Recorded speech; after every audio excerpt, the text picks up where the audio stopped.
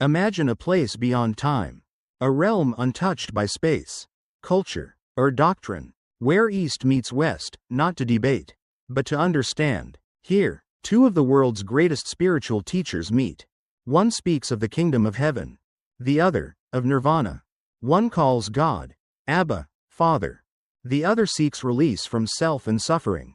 What would Jesus and the Buddha say, if they sat face to face? Part 1. The meeting. Jesus, peace be with you. Buddha, smiling gently, and may all beings be free from suffering. Jesus, gesturing to the bench.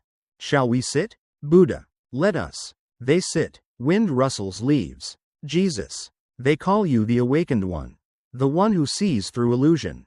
Buddha, and they call you the Christ, the one anointed by God. Jesus, and yet, we are both simply servants of truth.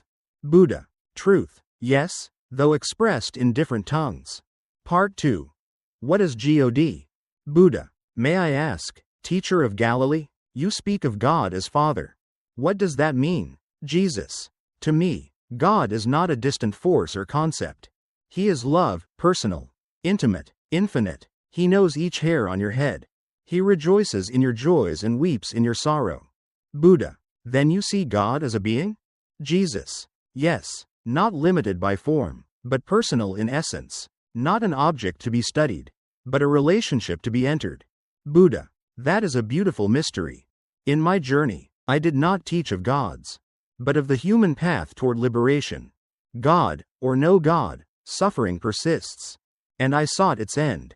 Jesus, nods. I too saw suffering, and I bore it upon a cross. Buddha, eyes lowering. Yes, your compassion reached beyond words.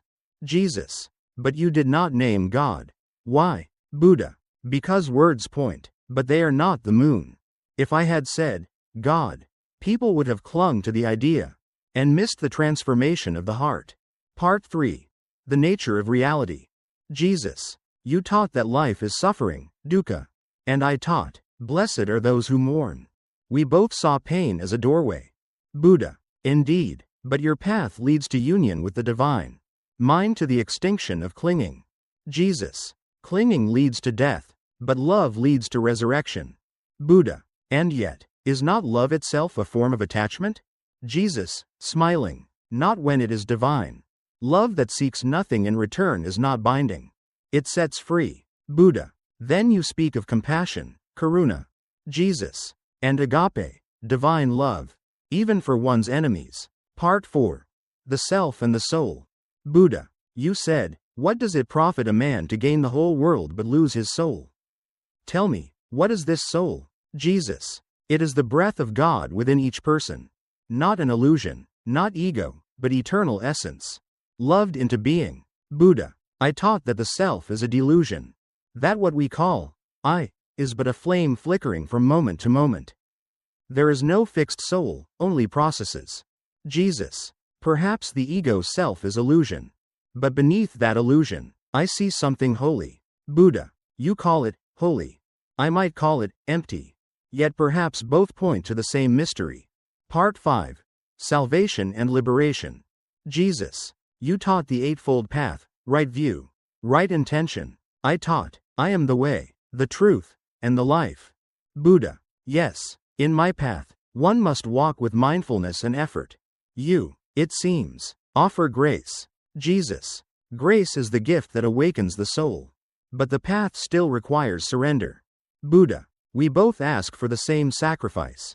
Jesus, the self. Buddha, the illusion of it. Jesus, and in its place, a new birth. Part 6. The kingdom versus nirvana. Jesus, I preached of a kingdom, not of this world. A place where the poor are lifted, the humble exalted. Buddha, I spoke of nirvana, a state beyond birth and death.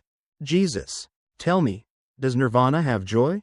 Buddha, it is beyond joy or sorrow, beyond duality. Jesus, then perhaps it is where the kingdom begins.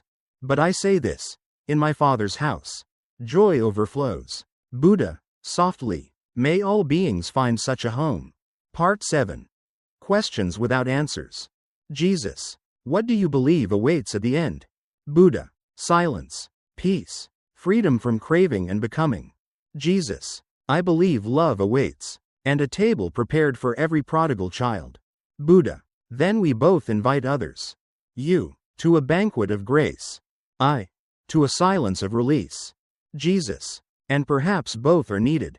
For some must be still before they can be filled. Part 8. Common ground. Buddha. You said, blessed are the peacemakers. And I said, hatred is never ended by hatred. Jesus. You taught mindfulness. I taught watchfulness. Buddha. You spoke of forgiveness. I. Of non-attachment. Jesus. You sat beneath a tree. I prayed in a garden. Buddha. Smiling. We walked different roads. Jesus. Smiling back. But we touched the same earth. Part 9. A final exchange. Scene. The sky darkens slightly, as if time shifts. Jesus. If you could speak again to your disciples, what would you say? Buddha. I would say, do not cling to me. Do not make idols of my words. Awaken. Jesus. And I would say, love one another as I have loved you. And I am with you always. Buddha. Then we are both misunderstood. Jesus. Yes. But truth never dies. Part 10. Farewell. Buddha. This has been a fruitful stillness. Jesus. Let those who have ears, hear. Buddha. And those who suffer, awaken. Jesus. May the Father of Lights bless the path you've walked. Buddha. And may all beings find refuge in peace.